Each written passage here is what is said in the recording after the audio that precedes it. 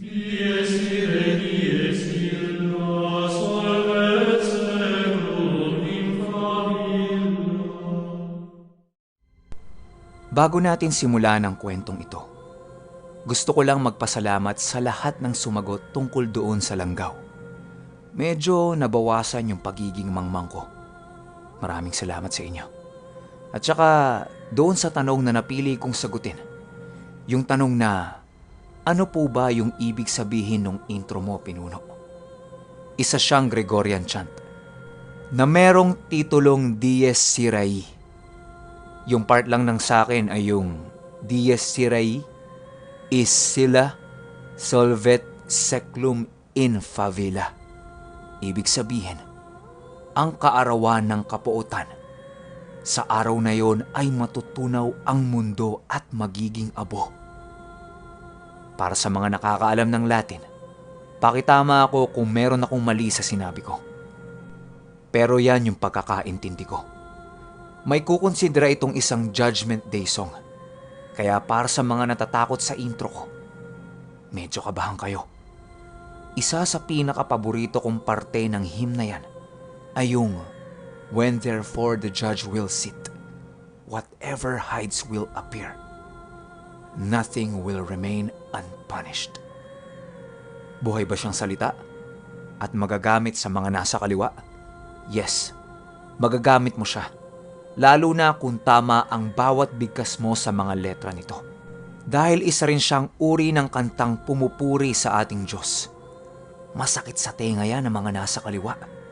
Pero syempre, dapat bukal sa loob mo ang iyong pagdarasal. Lahat naman ng dasal ay gumagana. Depende na lang yon sa pananampalataya mo sa Kanya o kung sino man ang kinikilala mong Diyos. Yun lang. Simulan na natin ito. Ang kwentong ito ay hango sa totoong buhay. Karanasan ito ni Ate Rose at ng mga kapatid niya. Taong 1979, si Palay, Negros Occidental. Itong mga panahong ito, merong negosyo ang tatay nila Ate Rose na service.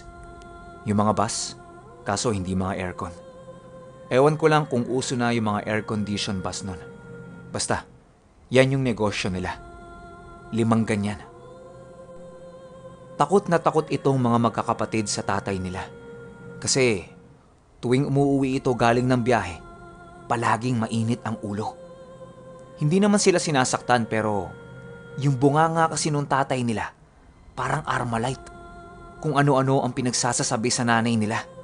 Lahat ng klase ng masasakit na salita, naririnig nilang sinusumbat sa nanay nila. Ang nagiging problema lang naman ito ay yung isang tsuhi ng asawa niya. Kasi isa din yon sa mga driver ng bus niya. Tapos hindi marunong dumiskarte. Kaya nasasayangan siya sa pasada nun. Lugi pa sa krudo. Araw-araw walang patid na ganun palagi ang ginagawa niya. Wala siyang sinasakta na kahit sino. Ang problema lang talaga yung bunganga nito. Isang araw hindi na ito nakapagpigil pa. Gigil na gigil siya at gusto na niyang manakit. Kaso lang, hindi talaga niya kaya. Sa sobrang gigil niya, kinuha niya yung malaking itak nila sa likod ng bahay. Tapos lahat ng galit niya, doon niya ibinunton sa puno ng duldol. Hataw dito, hataw doon, hindi siya tumitigil hanggat hindi niya nailalabas ang lahat ng galit niya. Hanggang sa napagod na lang ito at umupo sa tabi ng puno. Nung nakatitig si Ate Rose sa tatay niya at takot na takot, napansin niya na merong bumaba doon sa puno. Akala niya isa lang, pero 2 yon. Yung unang bumaba, paglalarawan ni Ate Rose ay napakahaba ng buhok na kulay puti. Sobrang payat. Tapos may bit-bit itong tungkod na manipis. Yung sumunod namang bumaba doon, napakalaking tao. Mas malaki ng 4 na beses doon sa tatay niya. Wala yung saplot. Tapos mahaba din yung buhok. Akala ni Ate Rose, napansin yun ng tatay niya. Pero hindi. Dumaan ito mismo sa tapat ng tatay niya pero hindi niya ito pinansin. Tapos yung may hawak na manipis na tungkod, itinuro yung labi ng tatay niya at naglakad papalayo. Doon medyo nakita ni Ate Rose yung nakatungkod na yun. Payat ito at humpak na yung pisngi. Tapos bilog na itim lang yung dalawang mata. Nung medyo naimasmasan na yung tatay nila, pumasok na ulit ito sa loob ng bahay at uminom ng tubig. Kinaumagahan, napansin ng nanay nila na mapula yung labi ng asawa niya. Nagbibiru-biru pa yung asawa niya na tisoy kasi siya kaya ganun. Normal na araw lang naman yun. Nag-iiba lang ang ugali ng tatay nila pag nakikita yung tsuhi ng nanay nila. Masayang umalis ng bahay yon. Normal na normal ang ugali. Hanggang sa umuwi na naman ito ng gabi at meron itong masamang ibinalita sa kanila. Kasabay pa niyan, yung kanang mukha ng tatay nila ay merong malaking pasa sa bandang kanan ng mukha nito. Ayon sa tatay nila, yung bus na minamaneho niya bigla-bigla na lang nawala ng preno.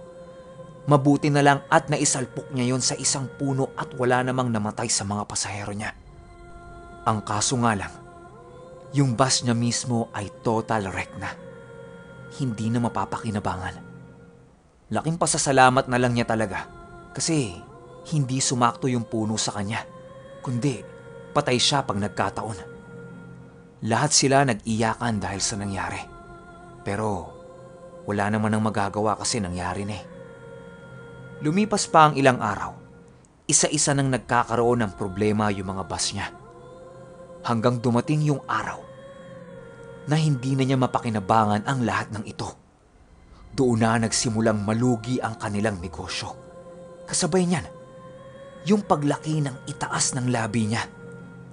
Habang lumalaki ito, nagkakaroon ito ng napakaraming maliliit na butas. Tapos hirap na din siyang kumain. Dahil sa tuwing merong dadampi dito, para daw itong tinatamaan ng kidlat dahil sa sobrang sakit. Unti-unti nang nangangayayat ang tatay nila. Kasabay ng lalo pang paglaki ng labi nito, nadadamay na pati yung labi niya sa ibaba. Nagbibitak-bitak ito at napakaraming sugat. Lahat sila ay naaawa na sa sitwasyon nito. Tapos sasabayan pa ng pagiging kapos nila sa pera dahil nalugi sila sa negosyo. Kaya ang nangyari, tinulungan siya nung kinagagalitan niyang tsuhin ng asawa niya. Inalok sila nito na pumunta sa Zamboanga para doon magpatingin sa kakilala niyang manggagamot. Dahil hindi na makuha sa iba't ibang mga gamot yung labi niya, kailangan na nilang lumapit sa isang manggagamot. Nung nasa Zamboanga na sila, mahusay na manggagamot yung kakilala ng tsuhin ng asawa niya. 4 na araw lang, nawala na yung pamamaga at mga sugat ng labi nito. Kaya naman, laking pasasalamat niya doon. Nagdesisyon silang mag-anak na doon na muna tumira sa Zamboanga pansamantala. Wala na din kasing natirang hanap buhay yung tatay nila sa Negros. Kaya magbabaka sakali siya doon sa Zamboanga kung meron itong magiging hanap buhay. Ang masakit nito, yung kinaiinisan niya, yun pa ang nagbigay sa kanya ng puhunan para makapagsimula ulit ng negosyo. Sa kakapalan ng mukha ng tatay nila, walang sabi-sabi ay tinanggap niya ito. Pero sadyang sinusundan sila nung nilalang na nakatira doon sa puno ng kapok. Dahil ayon kay Ate Rose, yung bahay na tinitirhan nila doon, sa bandang likuran, merong patay na balon. Tapos katabi ng patay na balon na yon ay 2 naglalakihang puno ng kapok. Forward tayo ng ilang taon, taong 1981. Itong mga panahong ito ay kasalukuyan ng maganda ang takbo ng negosyo ng tatay nila. Ganun ulit, yung mga bus-bus. Pero 2 unit na lang ang hawak niya. Tapos silang magnanay, nagtutulungan sila para magtinda ng mga pinatuyong isda sa bayan-bayan. Isang hapon nung kukunin na ni Ate Rose yung isda sa likod ng bahay nila, nakalagay yun sa takip ng balon. Ayon kay Ate Rose, papalapit pa lang siya sa mga pinatuyong isda nila. Meron siyang nakitang mga maliliit na nilalang na nagtatalunan dito. Kulay puti, dilaw, asul, at itim. Akala niya nung una mga ibon kasi maliliit eh. Nung dahan-dahan na siyang nakakalapit dito, kitang-kita ng mga mata niya na yung mga naglalaro na yon ay puro mga duwende. Tumigil yung mga yon sa pagtalon at dahang-dahang lumingon sa kanya. Pagkita ni Ate Rose dito, paglalarawan niya sa mga itsura nun, parang kahoy ang mga balat. Matatangos at mahaba ang mga ilong, malalaki ang tenga, at tao talaga ito kung titingnan. Ang kaso lang, maliliit. Nagtalunan yung mga yon pababa at nagsipagtakbuhan. Nanigas si Ate Rose at kabadong-kabado kasi unang beses niya palang makakita ng ganun. Gusto niyang tumakbo papasok sa loob ng bahay nila. Ang kaso lang, pakiramdam niya merong pumipigil sa mga paa niya. Pagtingin niya sa puno ng kapok, merong nakakapit na isang kapre. Nanlilisik ang mga mata nito habang nakatitig sa kanya. Kasabay ng paghit-hitbuga nito sa hawak-hawak niyang napakalaking sigarilyo. Pulang-pula ang mga mata nito at punong-puno ng balahibo ang buong muka. Nanginginig na si Ate Rose at pakiramdam niya ay hihimatay na siya. Akala niya yun lang ang makikita niya. Pero hindi. Kasabay ng kapreng nakatitig sa kanya, merong lumabas sa gilid ng puno ng kapok na isang matandang babaeng merong napakahabang buhok, manipis na tungkod at balat na sobrang tuyot. Dahan-dahan itong naglalakad papalapit sa kanya nang bigla itong tumigil at itinuro ang kanilang bahay. Kusang gumagalaw ang ulo ni Ate Rose kung saan yung direksyon na tinuturo nito. Pagtapat ng ulo niya doon, yung tatay niyang nakahiga sa sala ang itinuturo ng matandang babae. Papalapit na ng papalapit sa kanya yung matanda. Kasabay ng pagtunog na tila ba meron itong hilang-hilang mga lata. Wala na. Madilim na ang paningin ni Ate Rose nun. Nang bigla na lang siyang nakaramdam ng malamig na tubig sa mukha niya. Pagmulat niya, nakapaligid sa kanya ang lahat ng mga tao na nasa bahay nila. Naghahabol siya ng hininga dahil sa nangyari sa kanya. Putlang-putla ang mga labi niya at tila ba wala ito sa kanyang sarili. Nung medyo nahimasmasa na siya, kinuwento niya ang lahat sa tatay niya. Pero imbis na mag-alala, mas lalo pa itong nagalit. Pinatulog na lang siya nung gabing yon kasi babiyahe pa sila bukas ng umaga para ihatid yung mga ititinda nila. Kinaumagahan matapos ang insidenteng yon, parang walang nangyari. Ihahatid sila ng tatay niya noon gamit ang bus nito. Habang nasa biyahe sila, dumaan sila sa Tuktok Kalaw. Alam niya ng mga tiga Zamboanga. Alam niyo yung daan na yon, di ba? Paliko tapos makipot. Tapos sa gilid, puro bangin. Habang bumabaybay sila doon, hindi na maganda yung nararamdaman ni Ate Rose. Hindi siya mapakali. Parang merong mangyayaring hindi maganda. Kaya ang ginawa niya, umupo siya sa tabi ng tatay niya at tiningnan yung daanan. Nung nandun na sila sa pinakakurbang parte ng Tuktok Kalaw, bigla-biglang bumilis yung bus. Tapos pagliko ng tatay niya, merong bumulaga sa bintana nila na isang matandang babae. Nakanganga at wala itong mga mata. Animoy humampas ito sa harap ng salamin ng bus. Kitang-kita ito ni Ate Rose at nung tatay niya. Pero hindi tumigil sa pagmamaneho yung tatay ni Ate Rose kahit takot na siya. Diretso pa rin siya habang si Ate Rose naman ay sigaw ng sigaw dahil sa sobrang takot. Tapos yung matanda na nasa bintana, bukas-sara ang ginagawa sa mga daliri nito. Animoy meron itong binibilang. 2 segundo lang yung tumagal doon dahil lahat ng sakay ng tatay ni Ate Rose ay nagtayuan na sa bus.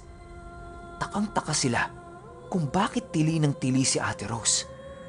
Niyakap si Ate Rose ng nanay niya habang umiiyak siya. Doon ay unti-unti siyang pinakalma nito. Matapos ang insidenteng yon, doon na naniwala yung tatay ni Ate Rose sa kanya. Labis-labis ang paghingi niya ng tawad dito.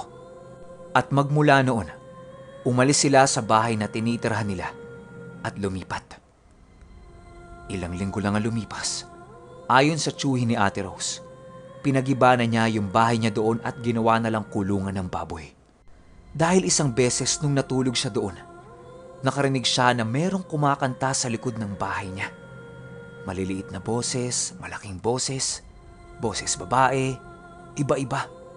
Tapos pagsilip niya doon, samot-saring nilalang ang naglalaro paikot-ikot sa patay na balon at doon sa dalawang puno ng duldul o kapok. Okay, opinion ko sa kwento. Pwede pala yung ganun, no? Yung parehong puno yung lilipatan ng elemento kapag susundan ka nila. Tsaka pakiramdam ko, nasira ng tatay ni Ate Rose yung tinitirhan ng mga nilalang na yun.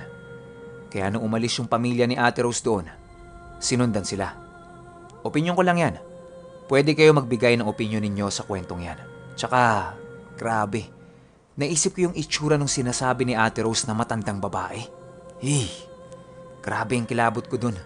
Pakiramdam ko, ganun yung itsura ng babaeng usok na nakita ko. Ang kaso nga lang, engkanto yun. Yung sa akin, multo eh. Comment kayo ng opinion nyo ha. Willing akong basahin lahat yan. Paano ba yan? Wala namang nabalitang namatay, pinatay, o kung anumang mabigat sa pusong pakiramdam, di ba? So alam na, maiinis ka na naman. Kasi...